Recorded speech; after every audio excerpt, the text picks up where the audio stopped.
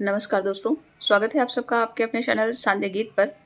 मेरा नाम योगिता है और मैं एमए बीएड हूँ। मेरा टेट और सीटेट और इसके साथ-साथ संस्कृत सीनेट ये तीनों परीक्षाएँ क्लियर हैं। मैं आप लोगों से प्रतिदिन पढ़ाई से संबंधित कुछ बातें करती हूँ, कुछ मोटिवेशन से संबंधित बातें करती हूँ और इसी के साथ-साथ मैं किस तरह से अपनी पढ़ाई कर रही हूँ, अपनी पुस्तकों के बारे में भी चर्चा करती हूँ।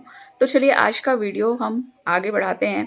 आज से मैंने शुरू की है मैंने आप लोगों को एक बुक दिखाई थी रामचंद्र तिवारी जी की, ये हिंदी का गद्य साहित्य। ये पुस्तक मैंने आज से पढ़ना शुरू की है। वैसे तो इस पुस्तक में जितने ज़्यादा पेज हैं कि मैं एक बार हिरास रही थी कि नहीं मैं पढ़ नहीं पाऊँगी इस पूरी किताब को। लेकिन जब मैंने इसके जो है कुछ पेज पढ़े तो वो मुझे बहुत इंटरेस्टिंग लगा, तो मुझे लगा कि नहीं ये किताब मुझे पढ़ लेनी चाहिए और ये मेरे लिए बहुत ज़्यादा हेल्पफुल होगी। तो मैंने आज से वो किताब शुरू की पढ़ना। देखिए कितने दिन में मैं पूरा कर लेती हूँ। तो आज मैंने अभी ये किताबें शुरू की हैं। तो जब पढ़ने के लिए बैठो ना तो शुरू-शुरू में क्या होता है 10-5 मिनट जो मेरे साथ होता है कि 10-5 मिनट तक लगता है ध्यान नहीं लग रहा है, बहुत सारी बातों पे ध्यान जाता है। तो मैं सोच रही थी कि जीवन के इतने वर्ष गुज़र गए, लेकिन अभी भी जीवन में एक कसक सी बनी हुई है। तो मुझे लगा कि कुछ दर्द ऐसे होते हैं, कुछ घाव जीवन के ऐसे होते हैं, जो सफलता मिलने के बाद ही भरते हैं। वो हमारे पास इतनी भी सुख सुविधा हो जाए या कुछ भी हमें जीवन में मिल जाए, लेकिन एक घाव ऐसा है जो सफलता के बाद ही भरता है। तो मैंने सोचा कि चलो आज इस टॉपिक पे आप लोगों से एक बात कर लेती हूँ, तो हो सकता है आपको इससे कुछ मोटिवेशन मिले। मेरे जितने भी भाई-बहन हैं, किसी भी कॉम्पिटिशन की तैयारी कर रहे हैं, आप लोगों में से बहुत सारे लोग होंगे जो मुझसे उम्र में छोटे होंगे और वो सब लोग टीचर्स की तैयारी ही नहीं कर रहे होंगे। कुछ लोग तो अभी बच्चे होंगे जो नीट की तैयारी कर रहे होंगे, जेईई की तैयारी कर रहे होंगे, बहुत सारी परीक्षाओं की तैयारी लोग करते रहते हैं। तो सभी लोगों से मैं ये कहना चाहूँगी जो आज की वीडियो है, उन सभी लोगों के लिए है जो पढ़ाई के क्षेत्र में अपने आप को बिल्कुल डुबो करके रखे हुए हैं। वो उसी के सहारे अपनी नैया पार लगाना चाह रहे हैं। तो सबके लिए ये वीडियो मैं बना रही हूँ। मित्रों, हमारी पढ़ाई जो होती है, जब हम शुरू में पढ़ाई शुरू करते हैं, प्राइमरी लेवल पे होते हैं, फिर तो लगता है कि बहुत कम लोग लोगों के साथ ऐसा होता होगा। मुझे लगता है कि वो प्राइमरी लेवल पे ही ये तय कर पाते हों कि नहीं हमें इसी क्षेत्र में जाना है, हमको यही बनना है। माता-पिता के बहुत सारे सपने होते हैं, माता-पिता बहुत सारी चीज़ें सोचते हैं। जब बच्चा जन्म लेता है तभी से उससे कहते हैं कि हमारा बेटा बड़ा होकर डॉक्टर बनेगा, तो इंजीनियर बनेगा, तो आईएएस बनेगा, पीसीएस बनेगा। लेकिन ये माता-पिता के सपने होते हैं। बच्चे मुझे नहीं लगता है कि प्राइमरी के लेवल पर कुछ इस तरीके का सोच पाते होंगे। बाद में जब हम लोग जूनियर लेवल पे पहुँचते हैं 6th 7th 8th में, तो हमारी पढ़ाई धीरे-धीरे उस मुकाम पे पहुँचने लगती है, जहाँ हमें कुछ सालों बाद ये निश्चित करना होता है कि हमें आगे क्या पढ़ना है, कौन से सब्जेक्ट चूज़ करने हैं। धीरे-धीरे हम 9th 10th 11th 12th और फिर धीरे-धीरे हमारी जो लाइन है वो क्लियर होने लगती है और हम भी अपने सपनों की तरफ धीरे-धीरे आगे बढ़ने लगते हैं। लेकिन कितने लोगों के साथ ऐसा होता है कि आप जो सोचते हैं उसी क्षेत्र में आगे बढ़ जाते हैं, उसी क्षेत्र में अपने सपनों को पूरा कर लेते हैं, अपने लक्ष्य प्राप्त कर लेते हैं। मुझे लगता है कि बहुत कम लोगों के साथ ऐसा होता होगा।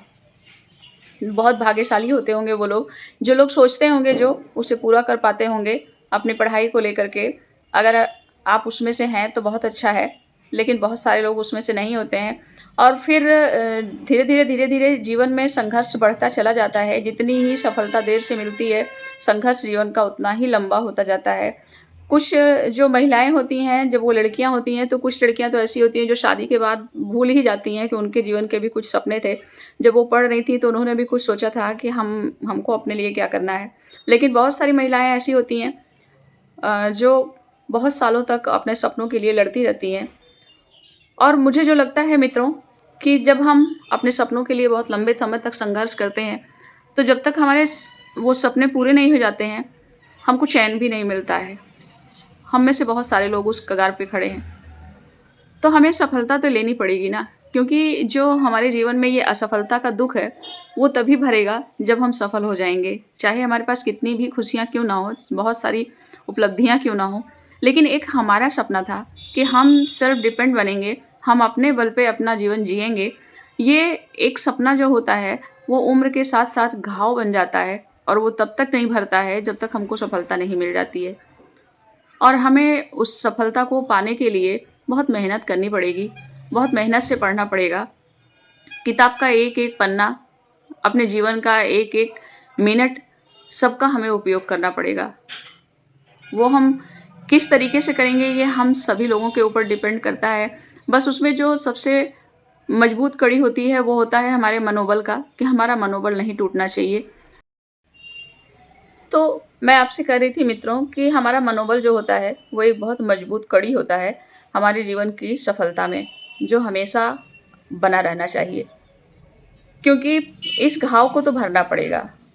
ये बीच बीच में गाड़ियों की आवाज़ आती रहती है। मैंने आप लोगों से इसका जिक्र किया है अपने वीडियो में कि सड़क के किनारे घर है, तो वो आजकल एक रील वायरल होती है कि वो गाना गाने चलते हैं तो उसमें कभी कबाड़ी वाला आ जाता है, कभी फल वाला आ जाता है। तो इस तरीके से, तो वैसे ही जैसे जब जब वीडियो बनाने का प्रयास करती हूँ तो कुछ ना कुछ शोर सड़क पे ज़्यादा या कम होने लगता है।